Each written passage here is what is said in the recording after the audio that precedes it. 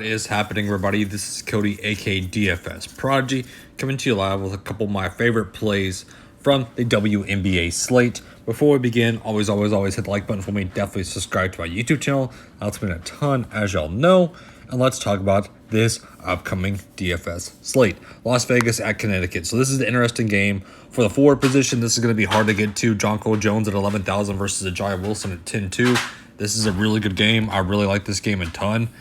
If we saw how this game went down last time, it was Connecticut Sun at 72 with Las Vegas at 65. It was a really close game. I think it's going to be close like that again. So if we're looking at this, I'd rather get to Jonquel Jones than Ajayi Wilson. Ledge Cambridge and Hamby. It's going to be a toss-up between them two. It's like a three-headed horse with them three and Wilson. Looking at the other girls, though, it literally drops off from Hamby to Brianna Jones, which I don't really want to get to Brianna Jones. She just hasn't been getting it done, to then the value, which I don't like. So, honestly, it's the top three girls. I love Jonquel Jones. If I had to rank it, it'll be Jones, then Hamby, then Cambridge, and Wilson. So, but moving on to the guards, the guards is going to be what's going to be the big play. If you want to get to Bonner, I would not blame you one bit. At 10-6, she's going to be the main girl here. She's going to be a high-priced girl, obviously, but I'd much rather get to Chelsea Gray. Chelsea Gray just continues to get it done. She had one bad game, which was last game, and I'm not blaming her for that. So if we want to look at Jackie Young, also at 8,000, I'd rather get to Chelsea Gray, though. And then Jasmine Thomas at 7-8. She's going to be consistent for you at 25 points. So, but I'd much rather get to Raquel Williams at 7-6. LA at Dallas. This is going to be another big game. We saw last time, basically, the Dallas Wings destroy the Los Angeles Sparks, which this is my hometown team in Dallas. So I like this Dallas team a ton. If we're looking at them, at the guards, Mayberry, she's 10-4. She's been getting it done. 43, 38, 42, 48. I love Mayberry here. I love Arika. You can get to Arika for sure, but I'd much rather get to Mayberry. You can look at Erica Wheeler at 7-2. She's been getting it done in the minutes she's gotten, which are trending up. I like her over Sykes.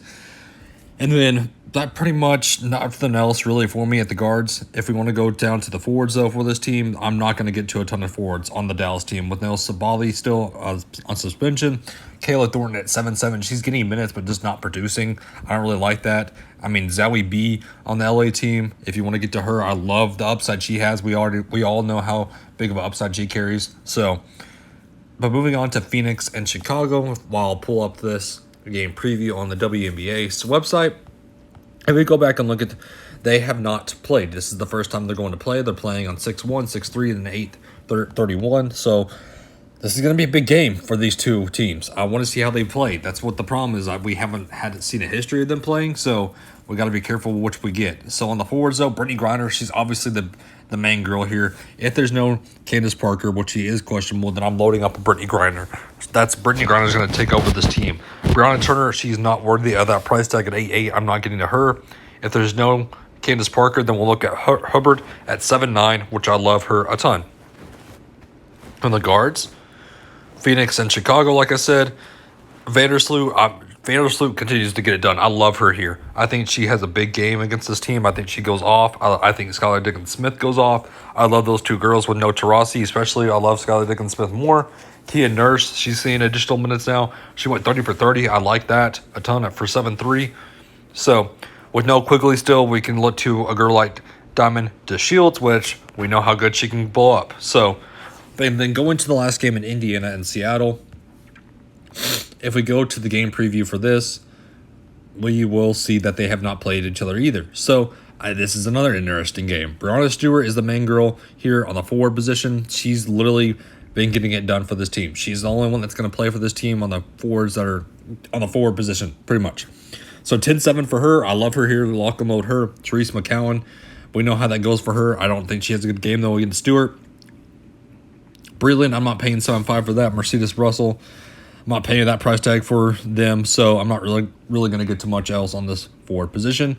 Last but not least, for the guards on this, Joel Lloyd, 10,000. She's been the main girl. I don't really want to get to her, though. Sue Bird, again, I'd rather get to other pieces in different games than this game, to be honest with you. So that wraps up the slate for us, guys. Thank y'all for being with me for the WNBA slate. I'm ready to get back into it. Again, hit the like button for me. Always subscribe to my YouTube channel. That helps me out a ton. And have a great and safe rest of your day.